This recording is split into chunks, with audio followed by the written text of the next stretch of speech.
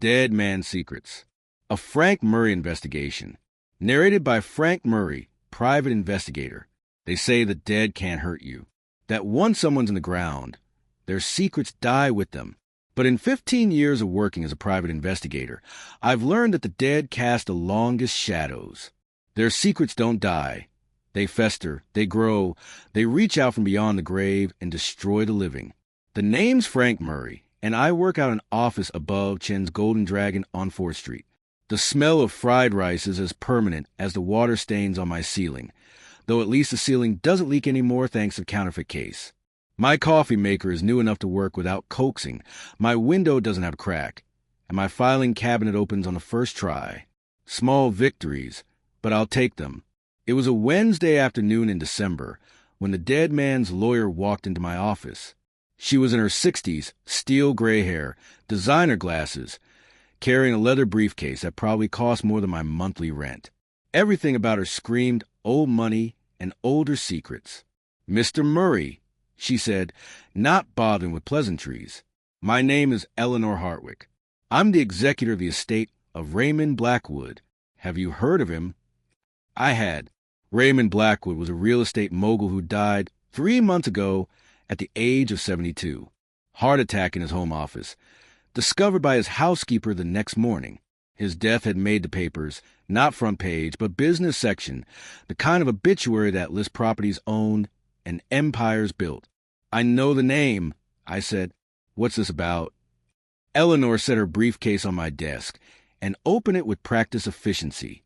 Mr. Blackwood left very specific instructions in his will, instructions that are to be executed 3 months after his death. Today is that day.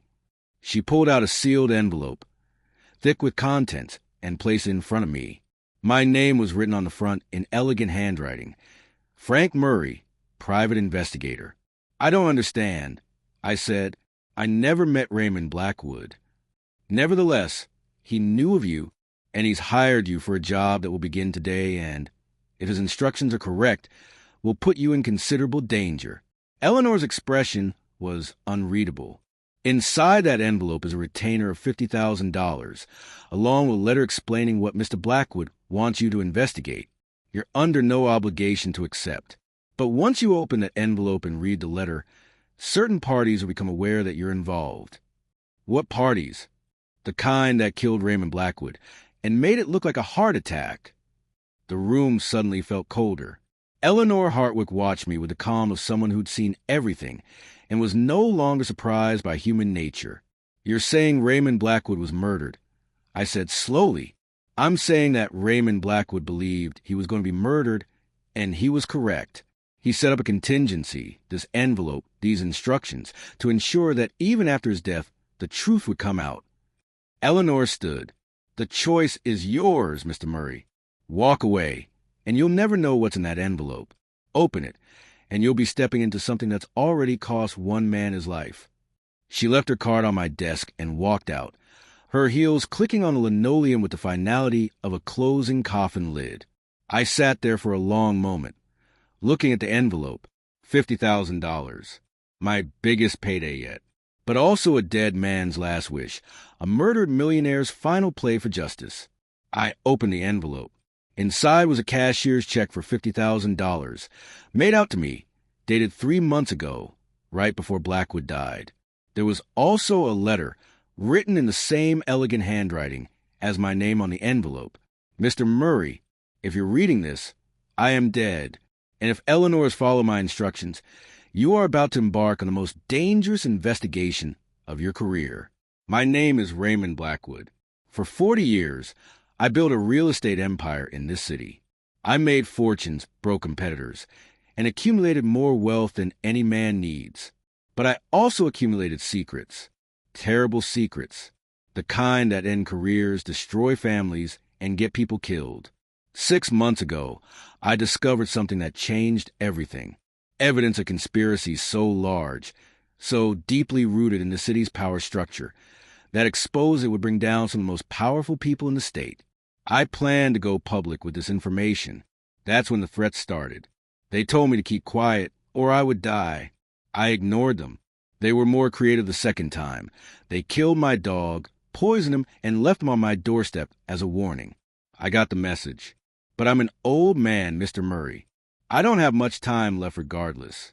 So I made a choice. I would gather all the evidence, secure it somewhere safe, and arrange for it to be discovered after my death. That's where you come in. I followed your career, Mr. Murray. The haunting murders case, the vanishing heiress, the Riverside Club, the counterfeit conspiracy. You have a reputation for being incorruptible, for never giving up, and for getting results even when powerful people want you to fail. That's exactly what I need. The evidence you seek is hidden in 3 locations throughout the city. I've made it a treasure hunt of sorts. Each location will lead you to the next, and the final location contains everything: documents, recordings, proof of crimes that go back decades. But be warned. The people who kill me will be watching for anyone who tries to follow the trail. They may already know you've been hired. They will try to stop you, to silence you, just as they silence me. The first location is this: the place where I made my first dollar in this city, where it all began. An old friend watches over it still, though he doesn't know what he guards. Good luck, Mr. Murray. Find the truth. Expose these bastards. And if they kill you too, well, at least you'll have tried. Raymond Blackwood. I read the letter 3 times, my coffee going cold in its cup. A murdered millionaire. A conspiracy involving powerful people. Evidence hidden across the city. And a dead man's challenge to find it all. I should have walked away. Should have torn up the check and pretended Eleanor Hartwick had never darkened my doorway. But $50,000 was sitting in front of me, and Raymond Blackwood's words echoed in my head. You have a reputation for being incorruptible, for never giving up. I called Sarah Chun. Please tell me this is a social call. She answered. When have I ever made social calls? Never. That's how I know I'm about to have a bad day. What is it this time? I told her about the envelope, the letter, Raymond Blackwood. She was quiet for a long moment. Frank, you realize this would be a setup. Someone trying to lure you into something dangerous. The check is real. I can verify Eleanor Hartwick. And Blackwood's death was ruled natural causes, but that doesn't mean it was. What do you need from me? I need you to look into Blackwood's death. Medical examiner's report, autopsy results, anything that might suggest foul play. And I need you to watch my back while I follow this trail. Sarah sighed. You know I'm keeping count, right? Every time I save your life, you owe me another dinner. Put on my tab. Frank, your tab is so long, we need to get married just to work it off. Despite everything, I smiled. Would that be so bad? There was a pause. Ask me again when you're not about to get yourself killed. I'll start digging into Blackwood's death. Where are you starting? The place where he made his first dollar. I need to figure out what that means. It took me 2 hours of research in the city archives to find the answer. Raymond Blackwood's first business venture in this city was a small grocery store on the east side 45 years ago. He bought it with money borrowed from his father-in-law, run it for 3 years, then sold it for twice what he paid, and used the profits to buy his first rental property. From there, the empire grew. The grocery store was still there, though it wasn't a grocery anymore. Now it was a pawn shop called Eddie's Treasures, run by an old man named Eddie Chin. No relation to Sarah or Mrs. Chun, despite the last name. Eddie was 78, barely 5 feet tall, with hands gnarled by arthritis and eyes that missed nothing. Help you? He asked when I walked in. I'm looking for something that Raymond Blackwood might have left here. Something important. Eddie's expression didn't change, but his eyes sharpened. Ray Blackwood. Haven't heard that name in a while. Sad about his passing. He was a good man, whatever people said about him. You knew him? Knew him? Son, I worked for him 40 years ago when this place was a grocery. He hired me as a stock boy when I was 16. Taught me about business, about integrity. When he sold this place, he made sure the new owner kept me on. I've been here ever since. Eddie moved slowly to the counter, pulled out a keys ring. Ray came to see me about 6 months ago. First time in years. Said he might be in trouble, that someone might come looking for something he was leaving in my care. He made me promise not to give it to anyone unless they knew the right words. What words? Eddie smiled slightly. the place where I made my first dollar. He led me to a back room filled with items waiting to be sold or claimed. In the corner was a safe, old and heavy. Eddie worked a combination with trembling fingers and pulled out a metal box. "This is yours now," he said, handing it to me. "Whatever Ray was into, I hope you can help him. Even dead men deserve justice." Inside the box was a USB drive and another letter. "Mr. Murray, congratulations on finding the first piece. The USB drive contains bank records showing illegal transactions between several prominent city officials and a shell corporation called Maritime Holdings. This is just the beginning. The corruption goes much deeper. The second location is where I lost everything and gained everything, where my first wife said goodbye, and where I learned that some prices are too high to pay. Be careful. They're watching now. RB." I thanked Eddie and left through the back door, my instincts screaming that something was wrong. I was halfway to my car when I saw them. Two men in a dark sedan parked across the street, watching the pawn shop. They started their engine. As I emerged, I ran. Not heroic, not clever, just pure survival instinct kicking in. Behind me, I heard car doors opening, footsteps pounding pavement. I ducked into an alley, jumped a fence, and came out on the next street over. My car was 2 blocks away. If I could just reach it, a hand grabbed my shoulder and spun me around. The man was huge, linebacker huge, with a face like a fist and breath that smelled like cigarettes and bad coffee. "Where is it?" he growled. "Where's what?" He punched me in the stomach, and I doubled over, gasping. "The box." "What was in the box?" "Go to hell. I managed." He raised his fist again, but the sound of a car horn made him hesitate. Sarah Chen's unmarked police car screeched to a stop at the end of the alley, and she jumped out with her weapon drawn. "LAPD, hands where I can see them." The big guy looked at me, looked at Sarah, and made a calculation. He ran, disappearing into the maze of alleys. Sarah didn't pursue. She was more concerned with making sure I was still breathing. "Are you okay?" she asked, helping me straighten up. "I've been better. How did you know where to find me?" "I put a tracker on your phone after counterfeit case. I figured it was only a matter of time before you needed rescuing again." She looked at the metal box in my hands. "Is that what they wanted?" Part 1 of 3. Blackwood hid evidence all over the city. This is the first piece. "And how many people are trying to kill you for it?" "Not sure yet, but I'm betting it's more than 2. Sarah drove me back to my office, both of us watching for tails. We uploaded the USB drive to my computer and spent the next hour going through bank records. The numbers were staggering. Millions of dollars moving through Maritime Holdings, payments to city council members, judges, police officials. Not just corruption. Systemic corruption. "This is huge," Sarah said quietly. "If this is real, if we can verify it, this brings down half the city government. Which is why they killed Blackwood, and why they'll kill anyone else who gets close to exposing it. What's the next location?" I pulled out Blackwood's letter, where I lost everything and gained everything, where my first wife said goodbye, and where I learned that some prices are too high to pay. More research, more digging through old newspapers and city records. Raymond Blackwood's first marriage had ended in divorce 35 years ago. His wife, Raymond Blackwood, had left him while he was building his empire, said he cared more about money than family.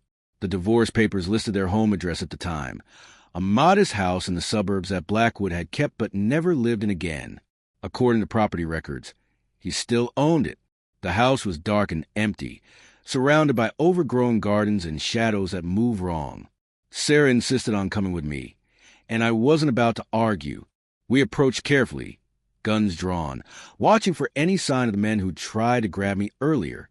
The front door was locked, but the back door had been forced open recently. Scratch marks on the lock, fresh splinters in the wood. Someone had been here before us. "Frank," Sarah whispered, "we should call for backup." "And tell them what?" "That we're breaking into a dead man's property, looking for evidence of conspiracy? They'll stop us, Sarah. We need to find whatever Blackwood left here before they do." We entered through the back door into a kitchen frozen in time. Everything was exactly as it had been 35 years ago. Old appliances, dated wallpaper, even dishes in the sink. Blackwood had maintained the property, but never changed anything. A shrine to his failed marriage, to the price of ambition. We searched room by room. Living room, dining room, bedrooms. All empty except for furniture covered in dust sheets. But in the master bedroom, I found something. A loose floorboard under bed. Beneath it was another metal box. Inside, more USB drives, photographs, and a letter. Mr. Murray, you're doing well. The photograph shows several prominent figures meeting with Anthony Russo, the head of Maritime Holdings. Russo is the linchpin. He's the one who set up the shell corporations, who facilitated the bribes, who made sure everyone got paid and everyone stayed quiet. But Russo is just a middleman. The real power is higher up, someone who's been manipulating city politics for decades. Someone untouchable. Someone who will kill anyone who gets close to exposing them. The final location is where I built my legacy, where everything I created stands as a monument to my ambition and my sins. The place I was proudest of, and the place that haunts me still. Get the evidence there, Mr. Murray. Expose them all. And be very, very careful. They know you're coming. R.B., I was reading the letter for the second time when Sarah grabbed my arm. Frank, someone's here. Footsteps on the stairs. Multiple people. Try to be quiet and failing. We were trapped in the bedroom with only one exit, and that exit was about to be filled with people who wanted us dead. Sarah moved to the doorway, weapon ready. I looked around frantically for another way out. The window, it was our only chance. I opened it slowly, quietly, and looked down, 10 feet to the ground, landing in bushes. Not great, but better than a bullet. Sarah, I whispered, we're going out the window. Frank, I can hold them. No, we leave together. Now! The footsteps were at the top of the stairs. Sarah made a decision, fired 3 shots down the hallway to make them take cover, then ran to the window. I went first, dropping into the bushes and rolling. Sarah came right after me, landing hard but on her feet. We ran for her car as gunshots erupted behind us, bullets punching through the old house's walls. Sarah's driving was pure action movie. Screeching tires, tight turns, running a red light while calling for backup on her radio. This is Detective Chun requesting immediate backup. Shots fired at 2847 Maple Avenue. Suspects armed and dangerous. A bullet shattered the back windshield. Sarah swerved, nearly clipping a parked car, while I twisted in my seat and saw the dark sedan from earlier pursuing us. The big guy was leaning out the passenger window with a pistol, taking aim. I pulled my own gun and returned fire, aiming for the tires. I'm not a great shot. PIs don't get much range time, but luck was on my side. One of my bullets hit their front tire, and the sedan swerved violently, crashed into a parked truck, and stopped moving. Sarah kept driving until we were 6 blocks away, then pulled into a police station parking lot. Both of us sat there breathing hard, adrenaline slowly fading into the shakes that come after you almost die. That's 5, Sarah said. 5 what? 5 times I've saved your life this year. Frank, we're past the point where dinners will cover your tab. Despite everything, I laughed. Name your price. She looked at me for a long moment. Let's solve this case first. Then we'll talk. Back at the station, with the metal box secure and backup units sent to arrest whoever was still at Blackwood's old house, Sarah and I went through the new evidence. The photographs were damning. Anthony Russo meeting with city council members, judges, even the police commissioner. All of them in locations that suggested these weren't official meetings. But the real bombshell was in the documents. Financial records showing that Maritime Holdings wasn't just paying bribes. It was receiving city contracts worth hundreds of millions of dollars. Construction projects, land deals, development rights. All of it funneled through Russo's company. All of it benefiting from the same officials who were receiving payments. This is racketeering on a massive scale, Sarah said. We're talking decades of corruption, probably billions of dollars. And someone at the top orchestrating all of it. Someone Blackwood said was untouchable. The final location, Sarah said, reading Blackwood's letter again, where I built my legacy, where everything I created stands as a monument to my ambition and my sins. I knew immediately what he meant. The Blackwood Tower. 50 stories of steel and glass in the heart of downtown. The crown jewel of Raymond Blackwood's empire. He'd built it 20 years ago, and it had his name in letters 6 feet high. His legacy, his monument. It's too obvious, Sarah said. Blackwood wouldn't hide evidence somewhere that bears his name. Unless that's exactly why it's the perfect place. Who would look for secrets in the most public location? I stood up, ignoring the pain in my ribs from where the big guy had hit me. We need to get to that tower. Tonight. Frank, this is a federal case now. RICO charges, corruption spanning multiple jurisdictions. We should turn this over to the FBI, let them handle it, and give whoever's at the top time to destroy evidence, to run, to kill anyone else who might talk. I shook my head. Blackwood trusted me to finish this. I'm going to finish it. Sarah studied me, that calculating look she gets when she's deciding whether I'm being brave or stupid. Fine, but we do this smart. I'll get a warrant, bring a team, and we go in with full tactical support. How long will that take? 3 hours. Maybe 4. I thought about it. For hours for whoever was hunting us to figure out where we were going. For hours for evidence to disappear. For hours for the conspiracy to cover its tracks. We go now, I said. Just us. We get the evidence, secure it, then call in the cavalry. That's the stupidest plan I've ever heard. You have a better one? She didn't. We both knew that waiting meant losing. So we grabbed our guns, checked our ammunition, and headed for the Blackwood Tower, knowing we were walking into a trap, but unable to see any other way forward. Sometimes the only way out is through. The Blackwood Tower was impressive at night, all lit windows and modern architecture, a testament to one man's vision and ambition. The lobby was marble and chrome, with security that looked more decorative than functional. A single guard sat at the front desk, half asleep, watching a small TV. Sarah flashed her badge. LAPD. We need access to Raymond Blackwood's private office. The guard sat up straighter. I'll need to call. This is a murder investigation. You can call after we're up there, or I can arrest you for obstruction. Your choice. He gave us access cards and directions to the top floor. The elevator ride took forever, each floor counting up slowly while Sarah and I stood in tense silence. I could see our reflections in the polished steel doors. Both of us looked tired, worn down by the case, by the violence, by the weight of what we were uncovering. Frank, Sarah said quietly, if this goes bad, it won't. If it does, I want you to know. The elevator dinged, doors opening to the 50th floor. Whatever Sarah was about to say disappeared into the sound of our footsteps on expensive carpet, past offices dark and empty, toward the corner suite where Raymond Blackwood had ruled his empire. The door to his office was unlocked. Another bad sign. We entered carefully, guns drawn, checking corners and shadows. The office was exactly what you'd expect. Massive desk, floor-to-ceiling windows overlooking the city, expensive art on the walls. And sitting behind the desk, waiting for us, was Anthony Russo. Detective Chun, Mr. Murray, he said pleasantly, as if we'd been invited for tea. I've been expecting you. Anthony Russo was in his 60s, well-dressed, with the kind of face that successful businessmen have. Friendly but cold, like a shark smiling.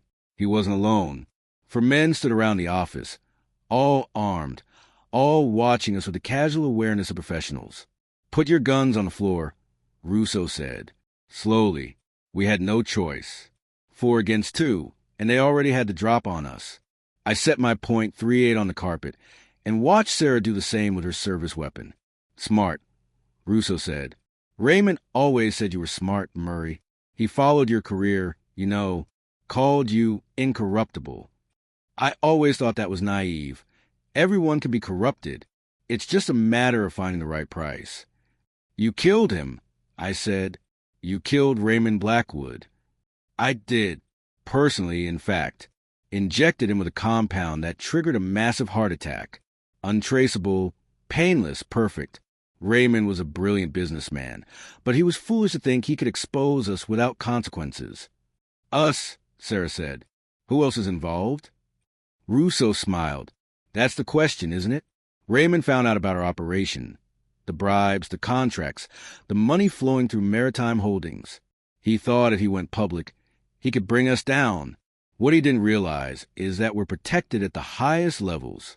Judges, politicians, even federal officials. This operation has been running for 30 years. We own this city. Someone's at the top, I said. Someone running the whole thing. That's who you're protecting. Very good, Murray. Yes, someone is at the top. Someone who's been orchestrating this for decades. Someone Raymond was particularly close to, which made his betrayal even more painful. A door opened behind Rousseau's desk. From a private room emerged a woman I recognized immediately. Eleanor Hartwick, the lawyer who delivered Blackwood's envelope to my office. "Hello again, Mr. Murray," she said, her voice no longer professional tone from before. Now it carried the cold authority of someone used to giving orders and having them obeyed. "I'm sorry about the deception. It was necessary to see if you'd follow Raymond's trail, to see what evidence he'd hidden." My stomach dropped. "You're the one at the top. You've been running this operation for 32 years. Raymond and I built it together. Actually, we were partners once, lovers even. We created Maritime Holdings, set up the shell corporations, arranged the bribes. We made billions together." Eleanor's expression hardened. Then Raymond developed a conscience, said he wanted to make things right, wanted to expose the corruption. I couldn't allow that. "So you had Rousseau kill him?" "I did. But Raymond was clever. He'd hidden evidence, set up his little treasure hunt, hired you to find it all. So I played along, delivered the envelope, watched you follow the trail, collected the evidence as you found it." She gestured to the metal boxes sitting on Blackwood's desk. "Your friends at the old house were kind enough to bring those here after you escaped. All of Raymond's evidence, right where I can destroy it. The police know we're here," Sarah said. "You kill us, and this whole thing unravels." "No one knows you're here," Eleanor said. "Detective, you didn't call for backup. You didn't get a warrant. You came here alone with a private investigator, which means when you both disappear, it'll look like you were working outside the law. A rogue cop and a PI who got over their heads. Tragic, but not uncommon." She was right. We'd been so focused on getting to the evidence quickly that we'd made ourselves vulnerable. No one knew where we were. No backup was coming. We walked right into their trap. "Here's what happens next," Eleanor continued. "My associates will take you to a location where you'll have a tragic accident.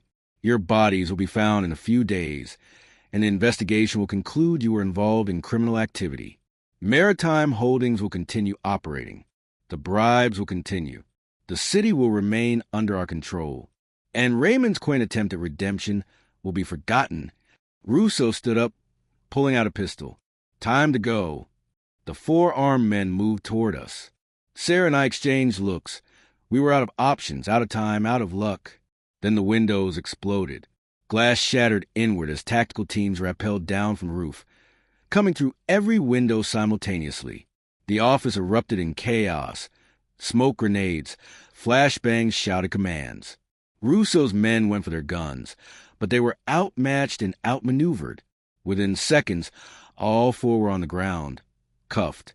Rousseau tried to run for the door and ran straight into Agent Michael Torres from the Secret Service, who clotheslined with enough force to drop him like a stone. Eleanor Hartwick didn't run. She just stood there, watching her empire crumble, her expression frozen between rage and resignation. "Eleanor Hartwick," a voice said from the smoke. Assistant Director Catherine Walsh from the FBI emerged, wearing tactical gear and carrying an assault rifle. "You're under arrest for conspiracy, racketeering, bribery of federal officials, and the murder of Raymond Blackwood." As they cuffed Eleanor and read her rights, Sarah and I stood there trying to process what had just happened. Walsh approached us with a slight smile. "Good work, Detective Chun, Mr. Murray. Your tracking device led us right to you." "Tracking device?" I said. Sarah looked sheepish. "I put trackers on both of us after the Riverside Club case. And I sent Walsh all the evidence we found, along with our location, before we came to the tower. I wasn't taking any chances. So we were never actually alone. We were alone enough to be bait," Sarah said. but not alone enough to die. There's a difference. Walls secured the metal boxes and the USB drives. We've been investigating maritime holdings for 2 years, but we couldn't get close. Too many people protecting it. When Detective Chin sent me Raymond Blackwood's evidence, it gave us everything we needed. Search warrants, arrest warrants, RICO charges. In the next hour, we'll be arresting 47 people across 6 jurisdictions. City council members, judges, state officials, even 2 congressmen. And it all started with a dead man's letter, I said. The dead have their ways of speaking. Walsh said, sometimes we just need to listen. The arrests were spectacular. It made national news, the largest corruption case in the state's history. 47 arrests, billions in illegal contracts, decades of systematic corruption exposed. Eleanor Hartwick got life without parole. Anthony Russo turned state's evidence and got 25 years. The 4 armed men got various sentences. The corrupt officials were removed from office, some going to prison, others taking plea deals. The Blackwood Tower was seized as part of the criminal proceeds, eventually sold to a legitimate development company. Raymond Blackwood's estate was tied up in lawsuits for years, but his legitimate assets eventually went to charity, just as he'd specified in his will. I kept the letter he'd written to me, the one that started everything. Sometimes I take it out and read it, reminded of what one man's conscience can accomplish, even from beyond the grave. Sarah Chin got another commendation, her second in 6 months. She was being groomed for promotion to lieutenant, which would mean less field work and more desk duty. She wasn't happy about it, but she accepted it with grace. As for me, I deposited the $50,000 check and treated Sarah to the nicest dinner I could afford, which, given how much I owed her for saving my life repeatedly, meant a very nice dinner indeed. We sat in a restaurant way above my usual price range, eating steaks that cost more than my weekly grocery budget, and for the first time in weeks, I felt like I could breathe. 6 times, Sarah said, raising her wine glass. I've saved your life 6 times this year, Frank Murray. Is this where you present me with the bill? This is where I ask you something I've been wanting to ask for a while. She set down her glass. What if we stop pretending? Pretending what? Pretending that these dinners are just about paying off debts. Pretending that I only call you because of cases. Pretending that you only call me because you need backup. She met my eyes. Frank, I save your life because I don't want to lose you. And I think maybe you feel the same way. I sat there, a piece of $50 steak getting cold on my fork, and realized she was right. Somewhere between the haunted mansions and the vanishing heiresses, between the murders at exclusive clubs and the counterfeit conspiracies, between all the danger and all the close calls, Sarah Chun had become more than just my detective friend who bailed me out of trouble. She'd become the reason I kept doing this job, the person I thought about when bullets started flying, the voice I wanted to hear when cases got too dark. I'm not good at this, I said. The relationship thing. My ex-wife would tell you that I'm married to my work, that I don't know how to let people in. I know what you do, Frank. I know the hours, the danger, the obsession with solving cases. I'm not asking you to change who you are. I'm asking if there's room in your life for someone who understands all that because she lives it too. I thought about Raymond Blackwood and his first wife, how his ambition had destroyed their marriage, how he kept that empty house as a shrine to what he'd lost. I thought about Eleanor Hartwick, who'd built an empire of corruption and ended up alone in a prison cell. I thought about all the broken people I'd met in 15 years of being a PI, all the damage done by people who chose ambition over love, success over connection. There's room, I said. There's always been room, Sarah. I just didn't think I deserved to feel it. She smiled, and it was a kind of smile that makes you forget about all the bad days, all the close calls, all the times you nearly died. Well, she said, lucky for you. I don't let you decide what you deserve. I decide that, and I say you deserve a chance to be happy. We finished dinner and walked out into the city night, and for once, I wasn't thinking about cases or mysteries or dead men's secrets. I was thinking about the future, about possibilities, about what it might be like to have someone who understood this life, who didn't ask me to give it up, but who'd be there when I came home. I went back to my office the next day to find Mrs. Chun had left a double portion of egg rolls on my desk, her way of celebrating the case being solved. The morning sun came through my new window, illuminating an office that was slowly becoming more professional, more successful, more like a real detective agency. My phone rang. A new case, probably someone with a mystery that needed solving, a truth that needed finding. I answered on the second ring. Murray Investigations. Frank Murray speaking. Mr. Murray, my name is Patricia Holbrook. I need your help. My husband died 6 months ago, and everyone says it was suicide. But I know it wasn't. I know someone killed him. Please, Mr. Murray, you're my last hope. I grabbed a pen and paper. Tell me everything. Because that's what I do. I listen when no one else will. I investigate when trails go cold. I speak for the dead when they can't speak for themselves. The name's Frank Murray. I'm a private investigator. I work out of an office above Chen's Golden Dragon on 4th Street. I've got a new window, a working coffee maker, and a filing cabinet that doesn't stick. I'm not rich. I'm not famous. Most of my cases still involve cheating spouses and missing pets. But sometimes, just sometimes, I get to expose corruption that goes to the highest levels of power. I get to fulfill a dead man's last wish for justice. I get to make a difference in a city that's drowning in secrets and lies. And now, for the first time in 15 years, I have someone who will be there when I come home from the dangerous cases. Someone who saves my life and makes me want to live it better. The dead keep their secrets until someone's willing to dig them up. And as long as there are mysteries to solve, as long as there are people who need help, as long as the phone keeps ringing, I'll keep answering. Because somebody has to stand for the truth. And that somebody is me. If you enjoyed this story, please subscribe, and ring the bell for notifications when the next Frank Murray case drops. From haunted mansions to vanishing heiresses, from murders in high society to counterfeit conspiracies, from dead men's secrets to whatever mystery comes next, Frank Murray takes on the cases that matter and never backs down until justice is served. Thanks for listening, and I'll see you in the next investigation.